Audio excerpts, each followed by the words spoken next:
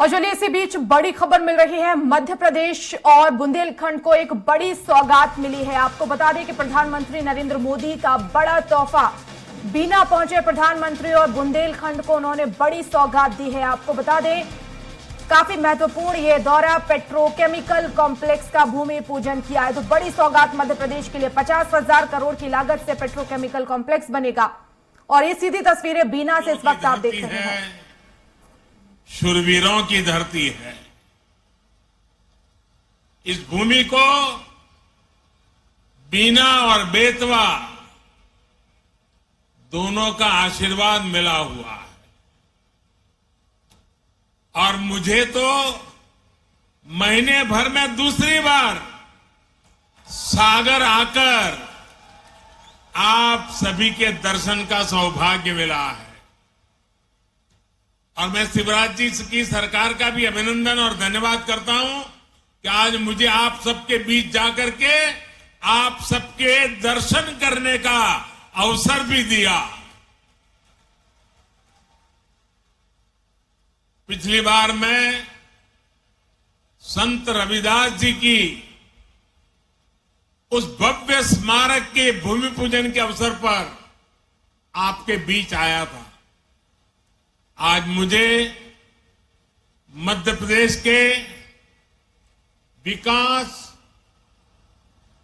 उस विकास को नई गति देने वाली अनेक परियोजनाओं का भूमि पूजन करने का अवसर मिला है। ये परियोजनाएं इस क्षेत्र के औद्योगिक विकास को नई ऊर्जा देगी। इन परियोजनाओं पर केंद्र सरकार 50,000 करोड़ रुपए से ज्यादा खर्च करने वाली है। आप कल्पना कर सकते हैं 50,000 करोड़ क्या होता है। हमारे देश के बहुत सारे राज्यों का पूरे साल का बजट भी इतना नहीं होता है जितना आज एक ही कार्यक्रम के लिए भारत सरकार लगा रही है।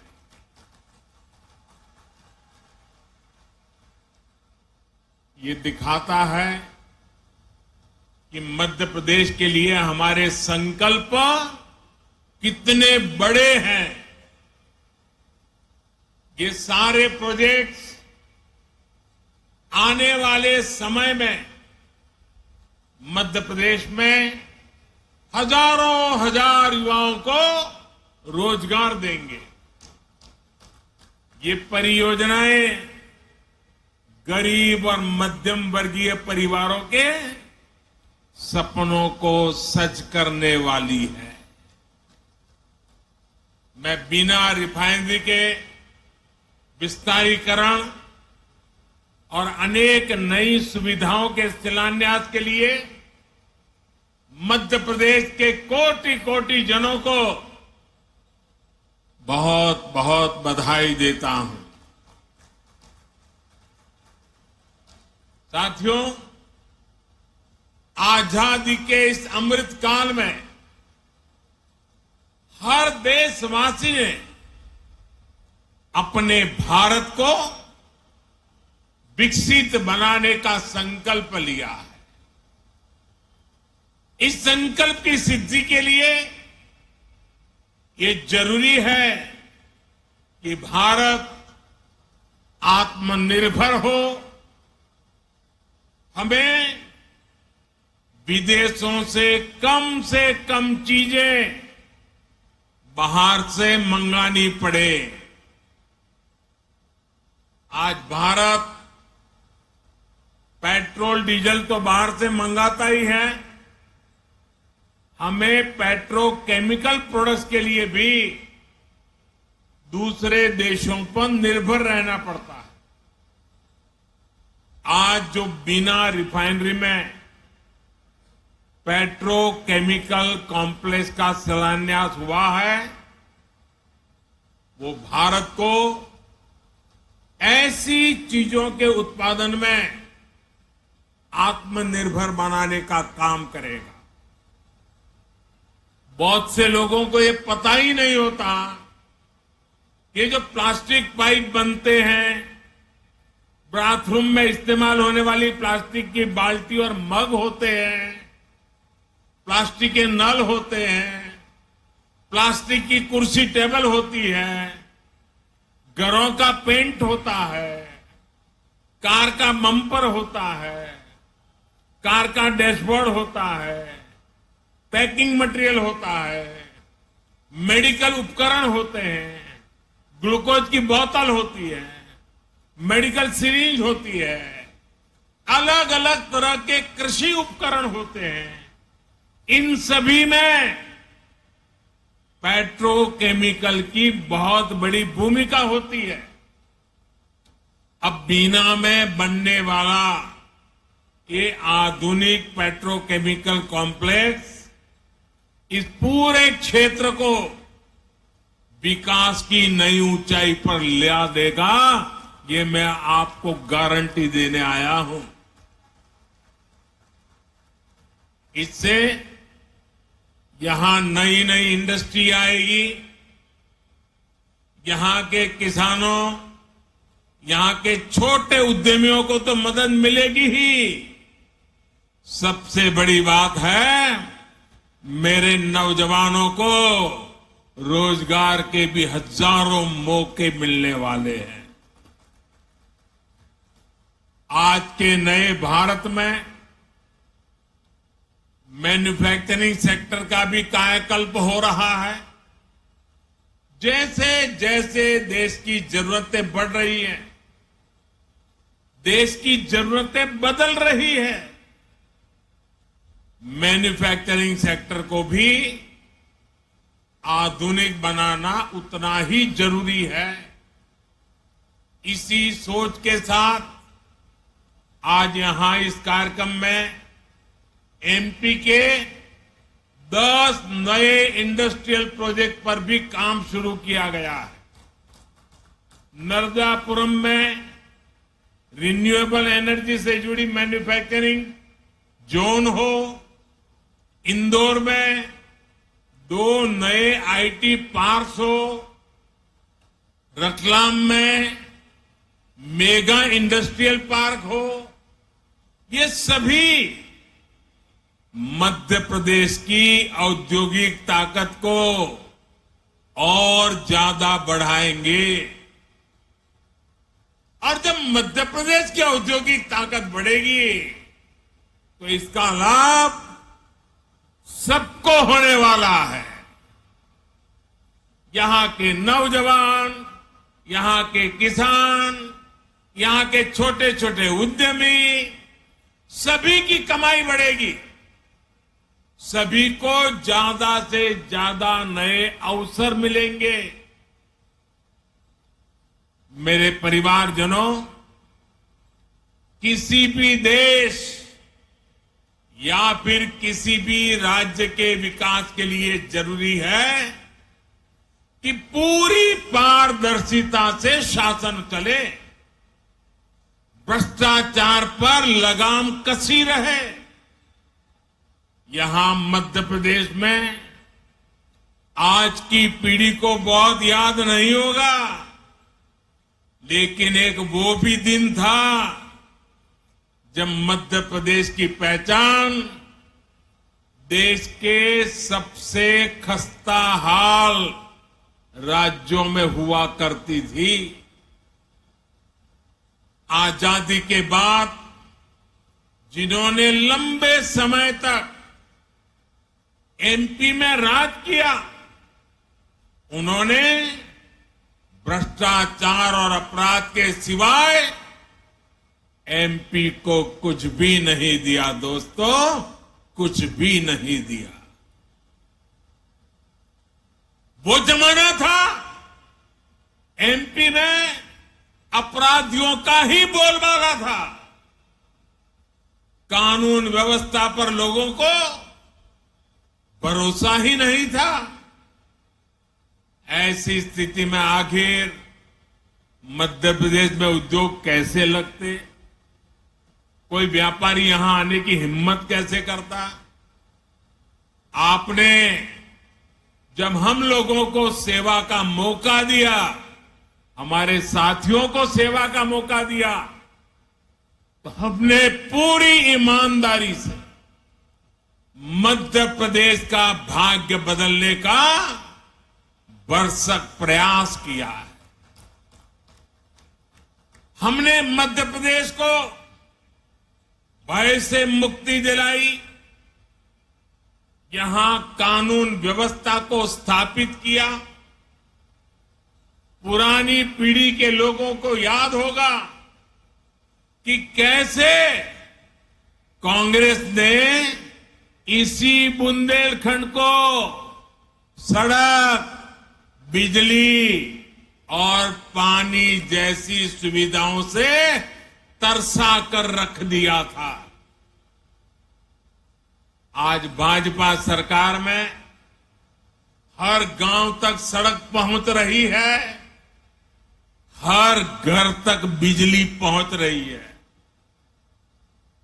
जब यहां कनेक्टिविटी सुधरी है तो उद्योग धंधों के लिए भी एक सानुकूल, पॉजिटिव माहौल बना है। आज बड़े बड़े निवेशक मध्य प्रदेश आना चाहते हैं, यहां नई नई फैक्ट्रियां लगाना चाहते हैं। मुझे विश्वास है अगले कुछ वर्षों में मध्य प्रदेश औद्योगिक विकास की नई ऊंचाई छूने जा रहा है। मेरे परिवारजनों,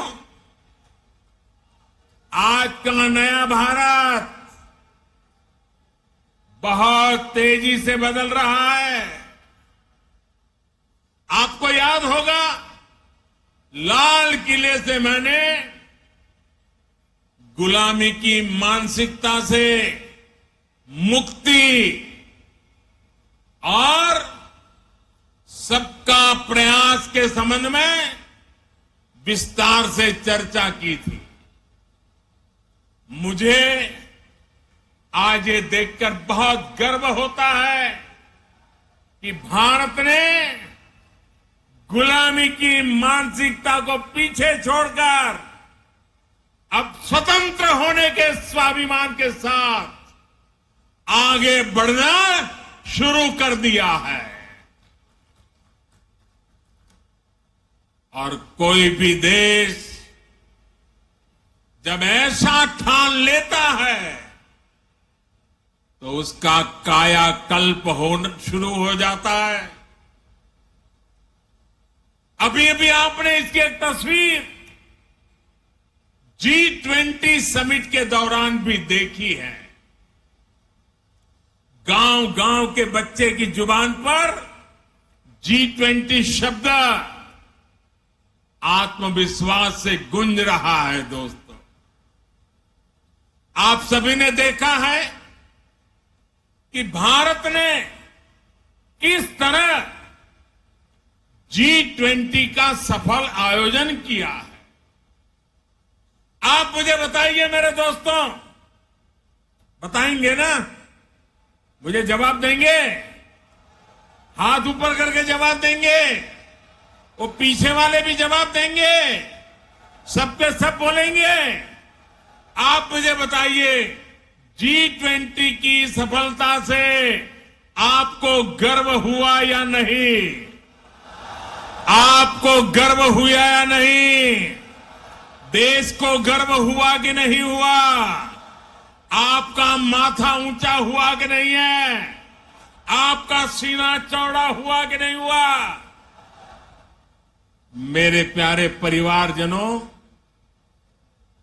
जो आपकी भावना है वो आज पूरे देश की भावना है। ये जो सफल G20 हुआ है, इतनी बड़ी सफलता मिली है, इसका श्रेय किसको जाता है? इसका श्रेय किसको जाता है? इसका श्रेय किसको जाता है? ये किसने कर दिखाया? ये किसने कर दिखाया? जी नहीं, ये मोदी ने नहीं, ये आप सबने किया है। ये आपका सामर्थ्य है। 140 करोड़ भारतवासियों की सफलता है दोस्तों। ये भारत की सामूहिक शक्ति का प्रमाण है। और इस सम्मेलन में हिस्सा लेने के लिए दुनिया भर से विदेशी मेहमान भारत आए थे। वो भी कह रहे थे कि ऐसा आयोजन इसके पहले उन्होंने कभी नहीं देखा। देश के अलग अलग शहरों में भारत ने विदेशी मेहमानों का स्वागत किया, भारत दर्शन कराए। ये विविधताएं देख करके, भारत की विरासत को देख करके, भारत की समृद्धि को देख करके वे बहुत ही प्रभावित थे। हमारे यहां मध्य प्रदेश में भी भोपाल, इंदौर और खजुराहो में भी G20 की बैठकें हुई और उसमें शामिल होकर के जो लोग गए ना, वो आपके गुणगान कर रहे हैं, आपके गीत गा रहे हैं। मैं G20 के सफल आयोजन के लिए यहां जो काम करने का अवसर मिला, इसके लिए आप लोगों का भी हृदय से आभार व्यक्त करता हूं। आप मध्य प्रदेश के सांस्कृतिक, पर्यटन, कृषि और औद्योगिक सामर्थ्य को दुनिया के सामने लाए हैं। इससे पूरे विश्व में मध्य प्रदेश की भी नई छवि निखर कर आई है।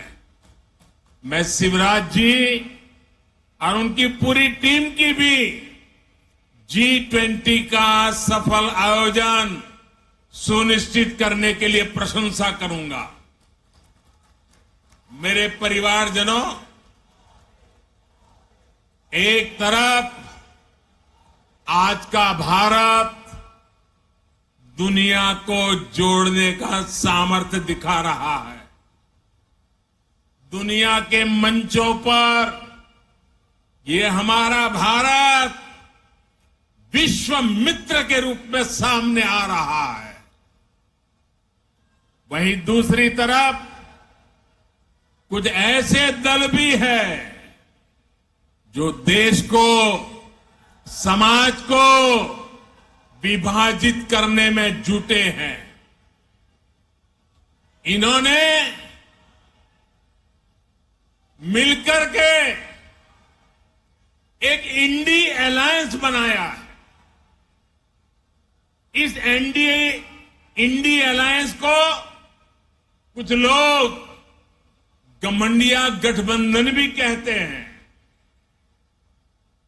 इनका नेता तय नहीं है, नेतृत्व पर भ्रम है, लेकिन इन्होंने पिछले दिनों जो मुंबई में उनकी मीटिंग हुई थी, मुझे लगता है उस मीटिंग में उन्होंने आगे एक गठबंधन गठबंधन कैसे काम करेगा उसकी नीति और रणनीति बना दी है। उन्होंने अपना एक हिडन एजेंडा भी तय कर लिया है। और ये नीति रणनीति क्या है? ये इंडी अलायंस की नीति है, एक गठबंधन की नीति है, भारत की संस्कृति पर हमला करने की। इंडी अलायंस का निर्णय है भारतीयों की आस्था पर हमला करो। इंडी अलायंस गठबंधन गठबंधन की नीयत है भारत को जिस विचारों ने, जिस संस्कारों ने, जिस परंपराओं ने हजारों वर्ष से जोड़ा है उसे तबाह कर दो। जिस सनातन से प्रेरित होकर देवी अहल्याबाई होलकर ने देश के कोने कोने में सामाजिक कार्य किए, नारी उत्थान का अभियान चलाया, देश की आस्था की रक्षा की, ये गठबंधन गठबंधन, ये इंडी अलायंस उस सनातन संस्कारों को, परंपरा को समाप्त करने का संकल्प लेकर के आए हैं।